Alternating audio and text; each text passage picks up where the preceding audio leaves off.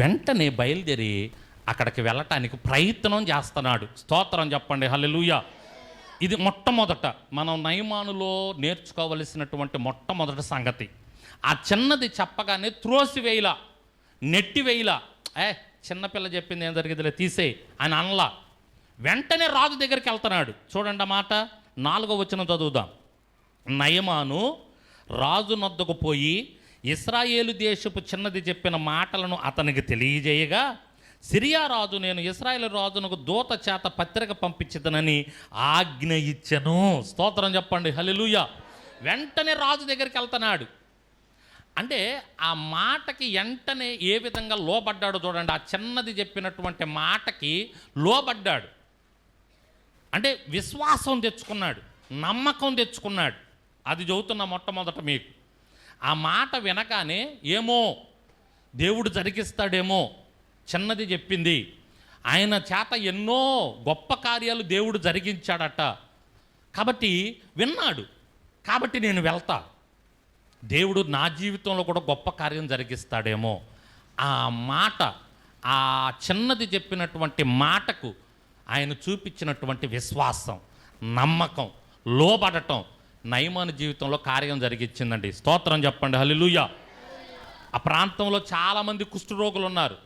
Syria రాజ్యంలో ఉన్నారు, Israel. ఆ రోజుల్లో కుష్టు వ్యాధి చాలా ఎక్కువ మందికి ఉండేది, చాలామందికి ఉన్నారు. యేసయ్య చదువుతున్నాడు, వాళ్ళకి ఎవ్వరికి తగ్గలా, ఒక్క నయమానికే తగ్గింది. ఏంటి కారణం అనేది మనం చూస్తే, చిన్నదాని మాటను కూడా చాలా జాగ్రత్తగా తీసుకొని ఒక దైవజనుడి దగ్గరికి వెళుతున్నాడు. స్తోత్రం చెప్పండి, హల్లెలూయా. ఇది మొట్టమొదట మన జీవితంలో కార్యం జరగాలి అంటే మొట్టమొదట మనం చేయాల్సినటువంటి పని ఏంటి అంటే లోబడటం, దేవుని దగ్గరకు రావటానికి ప్రయత్నం చేయటం. దేవుని దగ్గరకు రాకుండా, ఆయన దగ్గరకు రాకుండా మన జీవితంలో కార్యం అనేది జరగదు, జరగదు, జరగదు. ఇందాక చెప్పాను నేను, ఆ సబ్బుల వ్యాపారి విశ్వాసి చెప్పాడు, అరే ఆ మురికివాడు నీ సబ్బు రుద్దుకుంటే ఏమైంది, శుభ్రపడతాడు. నీ దగ్గరకు వచ్చి నీ సబ్బు తీసుకొని సబ్బు రుద్దుకుంటే కదా శుభ్రపడేది, రాకుండా ఏం శుభ్రపడతాడు? రావాలి, సబ్బు తీసుకోవాలి. అలాగే దేవుని దగ్గరకు కూడా రావాలి, దేవుని దగ్గరకు కూడా వచ్చి ఆయన మాట తీసుకొని ఆయన పాదాలు పట్టుకొని ఆయనకు ప్రార్థన చేస్తే తప్పకుండా దేవుడు తగ్గిస్తాడు. రాకుండా బయటే ఉండి బయట తిరుగుతా, బయట ఇష్టానుసారంగా జీవిస్తా, ఇష్టానుసారంగా ప్రవర్తిస్తా కార్యాలు జరగమంటే ఎలా జరుగుతాయి? అలా కార్యాలు జరగవు. విశ్వాసి ఇందాక సబ్బుల వ్యాపారికి చెప్పిన సందర్భం చెప్పా, ఇక్కడ కూడా అదే మనకు కనపడుతుంది. నయమాను బయలుదేరుతున్నాడు సేవకుడి దగ్గర, ఒక చిన్నదాని మాట విని సేవకుడి దగ్గరకు బయలుదేరుతున్నాడు. సేవకుడి దగ్గరికి వెళ్ళటానికి మార్గం చూస్తున్నాడు. రాజు చేత ముందు సమాచారం పంపించాడు. వెంటనే అక్కడికి సమాచారం వెళ్ళింది. ఎలీషా వెంటనే రమ్మన్నాడు. రమ్మనంగానే ఏం చేస్తున్నాడు చూడండి. 9వ వచనం చదువుదా. 9వ వచనం, నయమాను గుర్రములతోనూ రథముతోనూ వచ్చి ఎలీషా ఇంటి ద్వారము ముందర నిలిచి ఉండగా. స్తోత్రం చెప్పండి, హల్లెలూయా. ఏం చేశాడు నయమాను? వెంటనే గుర్రం ఎక్కి రథాలు తీసుకొని, కానుకలు తీసుకొని, మందిని, పరివారాన్ని మొత్తాన్ని తీసుకొని ఎలీషా దగ్గర ఇంటికి వెళ్ళిపోయాడు. సిరియా దేశం దగ్గర నుంచి ఇశ్రాయేలు దేశం చాలా దూరం అండి, కొన్ని వందల కిలోమీటర్ల దూరం ఉంది, దగ్గర కాదు. ఇప్పుడు దగ్గరగా మందిరాలు ఉన్నా కూడా వెళ్ళటానికి కష్టంగా ఉంది. ఒక ఆదివారం వెళ్తే ఒక ఆదివారం వెళ్ళలేనటువంటి పరిస్థితి. కానీ నయమాను కొన్ని వందల కిలోమీటర్లు గుర్రం మీద ప్రయాణం చేసి, కుష్ఠవ్యాధి కలిగినోడు అంత దూరం ప్రయాణం చేయాలంటే కష్టమా కాదా? ఏమండి, కష్టమా కాదా? ఇబ్బందే కాదా? అంత దూరం కుష్ఠవ్యాధి కలిగినోడు. కానీ దైవజనుడి మీద విశ్వాసంతో, దేవుడి మీద విశ్వాసంతో అంత దూరం కూడా ప్రయాణం చేసుకుంటా ఎలీషా దగ్గరికి వెళ్ళాడండి. స్తోత్రం చెప్పండి, హల్లెలూయా. రెండోది నయమానులో కనపడుతున్నటువంటి లక్షణం, కష్టమైన, నష్టమైన, భారమైన నేను వెళ్తా, ముందు దైవజనుడి దగ్గరికి వెళతాను, ఏది ఏమైనా కానీ అనేటటువంటి ఆ మనస్సు. మనకు చిన్న కష్టం కలిగితే ముందు ఆపేసేది, వదిలిపెట్టేది ఏంది అంటే మందిరాన్నే. చిన్న పని పడింది అనుకో, ముందు వదిలిపెట్టేది ఏందో తెలుసా? మందిరాన్ని దేవుణ్ణే ముందు వదిలిపెట్టేది. చిన్న పని పడినా, అది పెద్ద విలువైనది కూడా అవ్వదు, చిన్న పని అయినా ముందు మనకు గుర్తొచ్చేది ఏందో తెలుసా? ఆదివారం పని మందిరం వదిలిపెట్టేద్దాం. చాలామందిని నేను గమనిస్తూ ఉంటాను, అన్నిటికీ అవకాశం, అన్నిటిని చూసుకోవటానికి అన్నీ బాగానే ఉంటాయి, కానీ ఆదివారం రోజు మందిరాన్ని విడిచిపెట్టడానికే దేన్నైనా ఇది చేస్తారు. చాలా నాకు బాధ అనిపిస్తుంది. ఆ రోజే ప్రయాణాలు పెట్టుకుంటారు కొంతమంది కావాలని, కొంతమంది ఆ రోజే ప్రయాణాలు పెట్టుకొని కావాలని వెళ్తుంటారు మందిరాన్ని వదిలిపెట్టి. సోమవారం వెళ్ళొచ్చు, శనివారం వెళ్ళొచ్చు, కానీ సోమవారం వెళ్ళరు, శనివారం వెళ్ళరు, ఆదివారమే వెళ్తారు. ఎందుకంటే మనకి కాస్త చులకనగా దొరికింది దేవుడే కదా, ఆయనంటే కనపడట్లేదుగా. తర్వాత ఏం చేస్తాడో చేసే తర్వాత చూద్దాంలే, ముందైతే మనం తప్పించుకొని పని మనం అది. ఇటువంటి మనస్సు, దేవుని కార్యాలు వారి జీవితంలో దేవుడు జరిగించలేడు.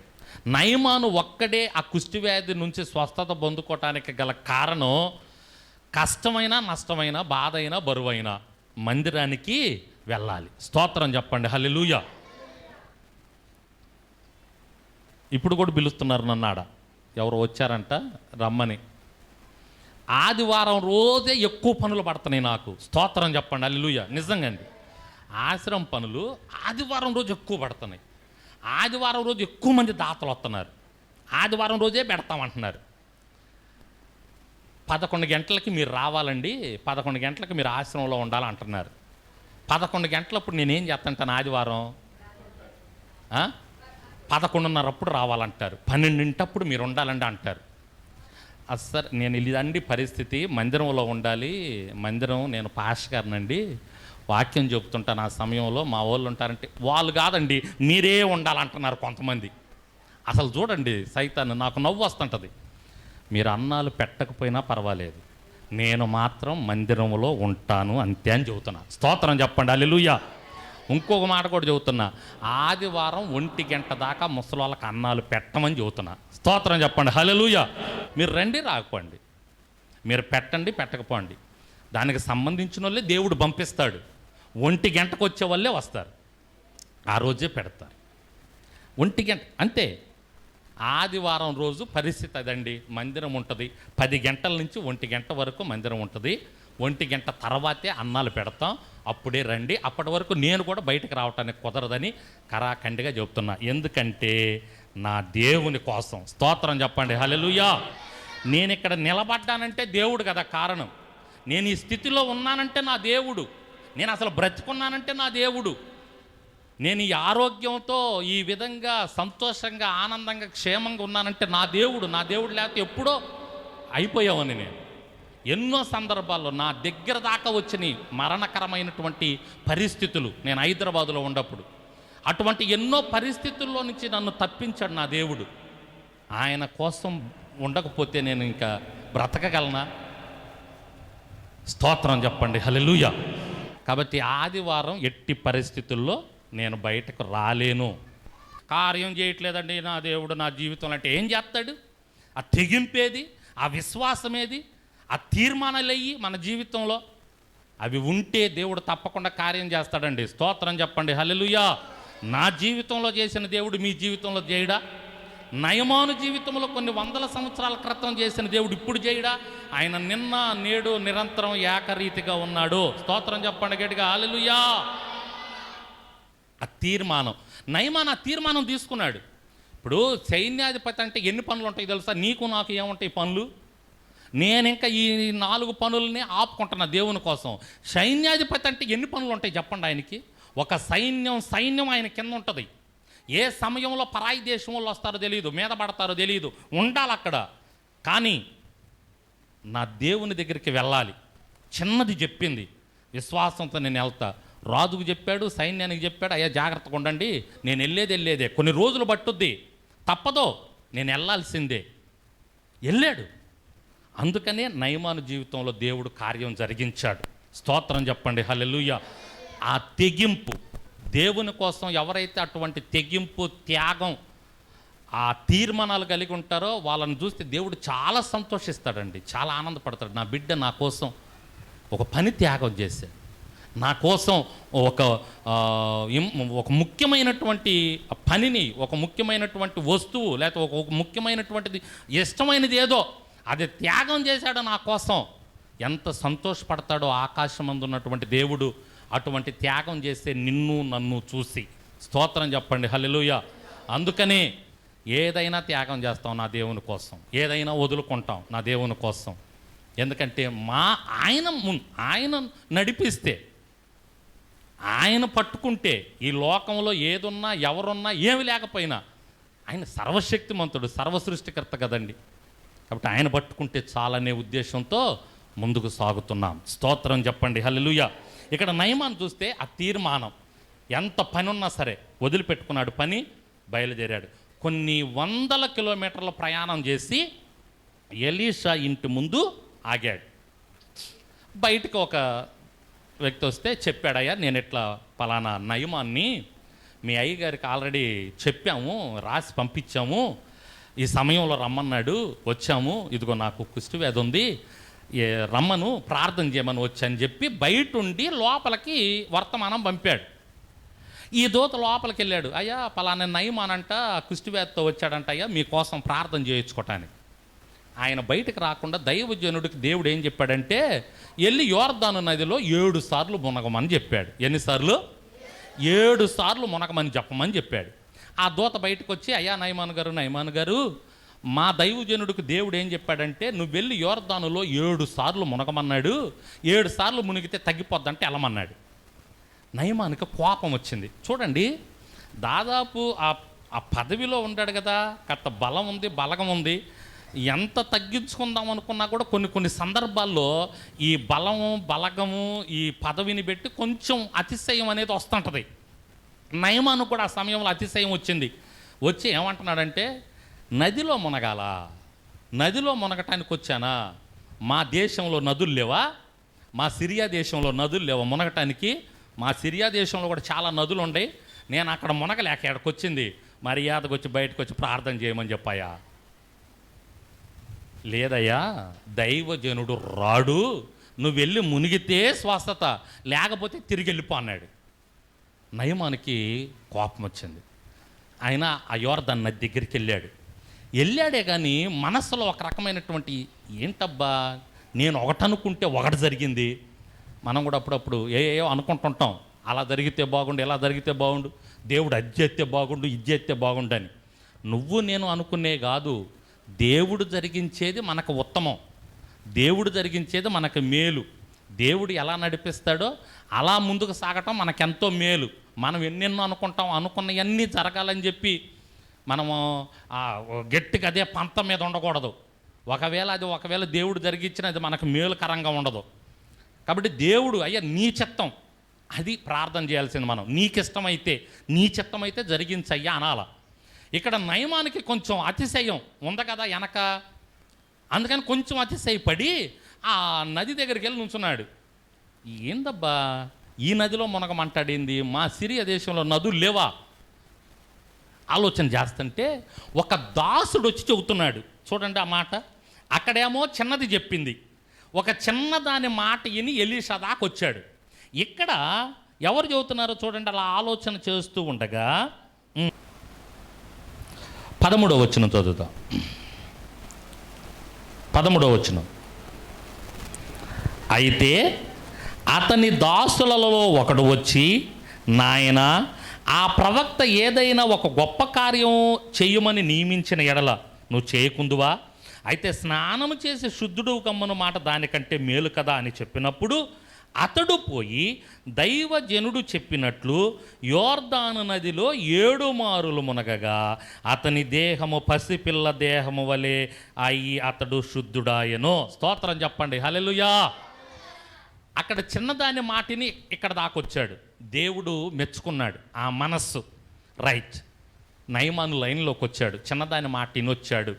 ఇన్ని వందల కిలోమీటర్ల ప్రయాణం చేశాడు. రైట్, తగ్గించుకొని ఇన్ని వందల కిలోమీటర్లు నా కోసం ప్రయాణం చేశాడు, చాలా త్యాగం చేశాడు, చాలా వదులుకున్నాడు. రైట్, మంచిది.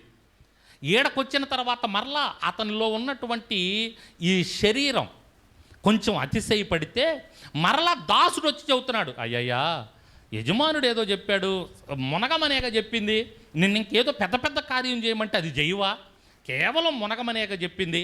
ఒక దాసుడు, ఇతని దగ్గర పనిచేసే దాసుడు చెబితే ఇప్పుడు మరలా తగ్గించుకొని దాసుని మాటకు లోబడుతున్నాడు. ఇక్కడ స్తోత్రం చెప్పండి, హల్లెలూయా.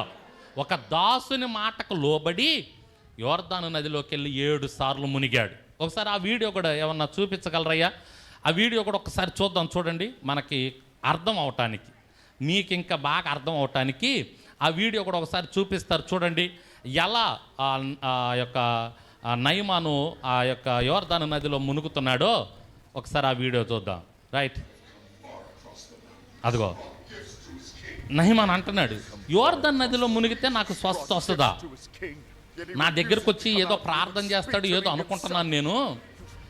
దైవజనుడు కేవలం ఇదిగో యోర్దాను నది, అది యోర్దాను నదిలోకి వెళ్తే ఎట్లా కార్యం జరిగిద్దని ఆలోచిస్తున్నప్పుడు అదిగో దాసుడు వచ్చి చెబుతున్నాడు. ఒక దాసుడు, పనిచేసే దాసుడు, అయ్యా ఏదో పెద్ద పని ఏం చెప్పలేదుగా, యోర్దాను నదిలో మునగమనేగా చెప్పింది, చెయ్యి, దైవజనుడు మాట వింటే మనకి మేలు చెయ్యి అని చెబుతున్నాడు.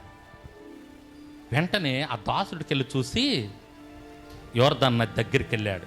ఆలోచన చేసుకుంటున్నాడు, సరే ఎందాం, లోబడదాం, కార్యం జరిగిద్ది, దేవుడు చేస్తాడు విశ్వాసంతో.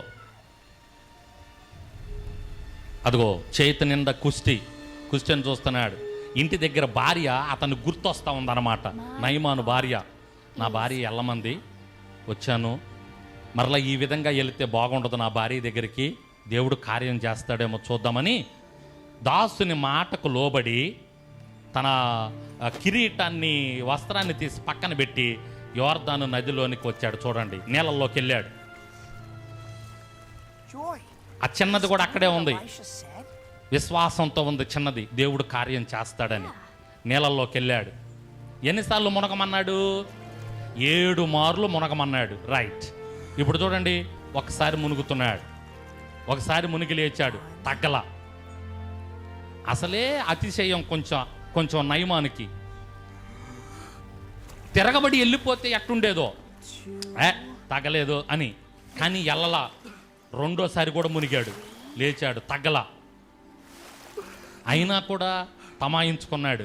మూడోసారి మునిగాడు, లేచాడు, ఆహా తగ్గల. 5, 6 సార్లు మునిగి లెగుస్తాడు, అయినా తగ్గల. లేచాడు, చూడండి, ఇప్పుడు లెగుస్తాడు చూడండి, 6వసారి లేదు, తగ్గల. కుష్టివ్యాధి అలాగే ఉంది, అలాగే కుష్టివ్యాధితో ఉన్నాడు. మనకైతే సందేహం రావచ్చు కదా, ఏంది తగ్గిద్దా తగ్గద్దా? 6 సార్లు మునిగితే తగ్గంది, 7వసారి మునిగితే తగ్గిద్దా? సందేశం వస్తుందా రాదా? మనకైతే, నాకైతే బహుశా వస్తుంది. 6 సార్లు మునిగితే తగ్గలేదు, అసలు కొంచెం కూడా మార్పే లేదు. ఒక్కొక్క మునుక్కి ఏదైనా కొంచెం తేడా వస్తే బాగుండు, అసలు లేదు అని చెప్పి అల్ప విశ్వాసం రావచ్చు. కానీ అలా రాకుండా మునిగాడండి 7వసారి. అదిగో నీళ్ళల్లో ఒక గొప్ప కార్యం జరుగుతుంది. చూడండి, దేవుని శక్తి వచ్చింది, అతన్ని తాగుతుంది, అతని దేహం అంతా మారిపోయింది. పసి పిల్లవాని దేహం వలె మారిపోయింది ఆయన దేహం. స్తోత్రం చెప్పండి, హల్లెలూయా.